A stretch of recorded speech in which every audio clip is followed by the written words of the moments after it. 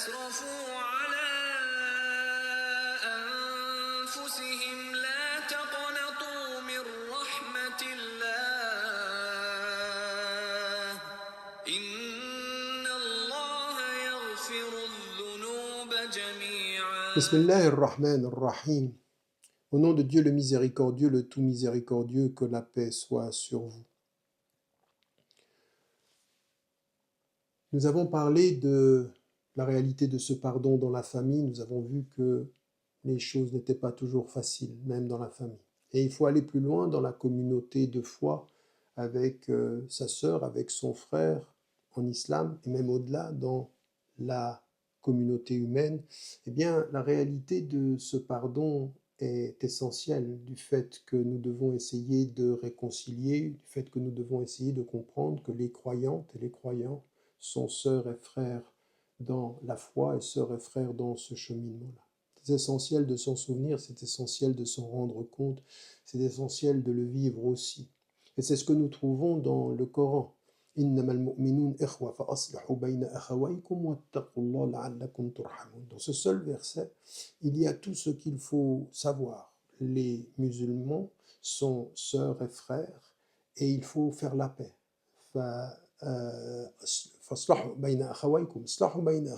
Faites la paix entre vos frères. Ça, c'était quelque chose qui met en évidence le fait que la fraternité, elle doit être une fraternité active.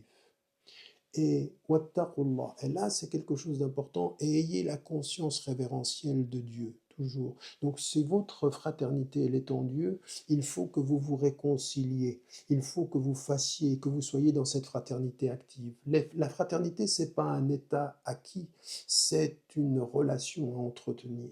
Et ce qui nous est dit à la fin, la'allakum turhamun, peut-être que vous aurez également et vous trouverez la miséricorde divine. En d'autres termes, ce que vous allez donner à votre frère ou à votre sœur, eh bien, Dieu vous le rendra.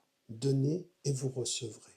Et cette relation-là, cette compréhension de ce travail que nous avons à faire dans la communauté et par rapport à notre communauté de foi, il est essentiel. Il faut se rendre compte que c'est une fraternité qui est exigeante, que c'est une fraternité qui est fondée sur l'amour, qui est fondée sur le soutien mutuel. Encouragez-vous mutuellement à la vérité et encouragez-vous mutuellement à la patience et à la persévérance. C'est exigeant, c'est ce que nous avons à faire. Et ça n'est pas toujours facile parce qu'il ne faut pas idéaliser. Ce n'est pas parce que tu es ma sœur ou mon frère dans la tradition ou dans la foi, comme ce peut être dans la famille, que les choses vont être faciles. Non, il y a même dans la fraternité que nous avons par rapport à ceux qui partagent notre foi des exigences et des exigences qu'il faut avoir. Nous trouvons dans la même sourate, dans sourate al-Hujurat, un verset qui nous dit ceci exactement: وَإِن طَائِفَتَانِ مِنَ الْمُؤْمِنِينَ اقْتَتَلُوا فَأَصْلِحُوا بَيْنَهُمَا فَإِن بَغَتْ إِحْدَاهُمَا فَقَاتِلُوا الَّتِي تَبْغِي حَتَّى تَفِيءَ إِلَى أَمْرِ اللَّهِ. Quand deux groupes de croyants, et là ce sont des musulmans, se disputent, faites la paix entre eux. Donc ça c'est la première attitude. Et si une d'entre elles transgresse et qu'elle opprime l'autre, résistez à son oppression, c'est-à-dire que vous devez vous engager jusqu'à ce qu'elle revienne au commandement divin, au principe. Et ça, c'est important, c'est-à-dire que ça n'est pas un amour, ça n'est pas une fraternité, ça n'est pas une rahma et un pardon qui fait fi des principes, c'est pas un amour sans les principes, c'est un amour avec et au nom des principes que nous devons développer.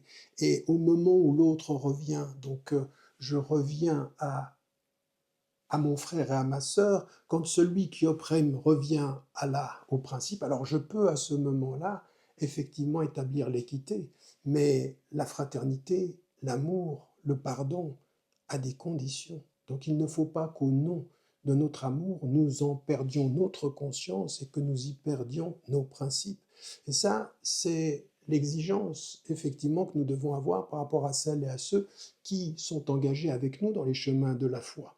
Et donc, ça aussi, il faut s'en rendre compte, parce que c'est tout un équilibre qu'il faut trouver. Ouvrir son cœur avec amour et rester vigilant avec conscience. Connaître les principes qui mènent, qui permettent de suivre la voie et ouvrir son cœur pour y être accompagné. Et vous savez ce que Anas ibn Malik avait dit et rappelé d'un hadith du prophète salam qui disait Insur akhak zaliman aw mazluma, aide ton frère qu'il soit juste ou injuste. Et là, ça avait surpris ceux qui l'écoutaient. Et un homme a dit, un des compagnons qui était ici, il dit Ya Rasulallah, ô messager de Dieu, Ansuruhu idha kana mazluma, je vais l'aider bien évidemment s'il est victime, s'il est injustement traité. Afara'ayta idha kana zaliman, kayfa ansuru, et s'il est injuste, comment est-ce que je vais l'aider? Comment est-ce que je peux aider mon frère? Est-ce que ça veut dire que de ma communauté, je soutiens les miens dans le bien comme dans le mal? C'est pas du tout ceci. Non, le prophète à ce moment-là, il dit c'est que tu vas l'empêcher de faire l'injustice, tu vas l'écarter de cette injustice. C'est ceci ton soutien. En d'autres termes, je t'aime, en d'autres termes, je te pardonne, mais pas au nom des principes. Et si je te vois, toi qui es mon frère que j'aime, toi à qui je peux pardonner les fautes, toi à qui je peux couvrir les péchés, eh bien, je le ferai avec mon amour, je le ferai avec mon pardon, je le ferai avec ma compassion, si et seulement si nous sommes d'accord que nos principes vont être le cadre à partir duquel nous allons trouver ensemble l'équilibre. Ça n'est pas un amour contre les principes, c'est un amour avec et pour les principes, parce que c'est un amour qui est en Dieu et que Dieu, il nous dit, si vous m'aimez, suivez les principes que j'ai donnés au prophète, et vous vous aimerez mieux. C'est donc nos principes communs qui font que notre amour est plus plein, est plus vivant, est plus réel, et plus sincère. Ça, cette réalité, elle met en évidence quelque chose dont nous ne devons jamais, que nous n'avons jamais oublié. Ça n'est pas les miens dans le bon comme dans le mal, ou dans le bien comme dans le mal. Non, ce sont les miens. C'est ma fraternité dans la communauté, au nom du bien et mon amour. Contre le mal, nous devons ensemble travailler. Et si ta présence dans ma vie, et si la présence de ma sœur et de mon frère, de ma communauté de foi dans ma vie, elle est positive, c'est qu'elle doit m'aider à être meilleure, c'est qu'elle doit m'aider, évidemment, moi, par le pardon, à accueillir et à faire en sorte que ta présence dans ma vie, ta présence dans mon cheminement spirituel, quand je vois tes erreurs ou quand je vois tes péchés, me permettent de te couvrir et de me rendre meilleur. Et ma présence dans ta vie, si tu es quelqu'un qui a pu être faible ou qui a commis des fautes, eh bien te permettre de revenir au principe. Notre amour mutuel,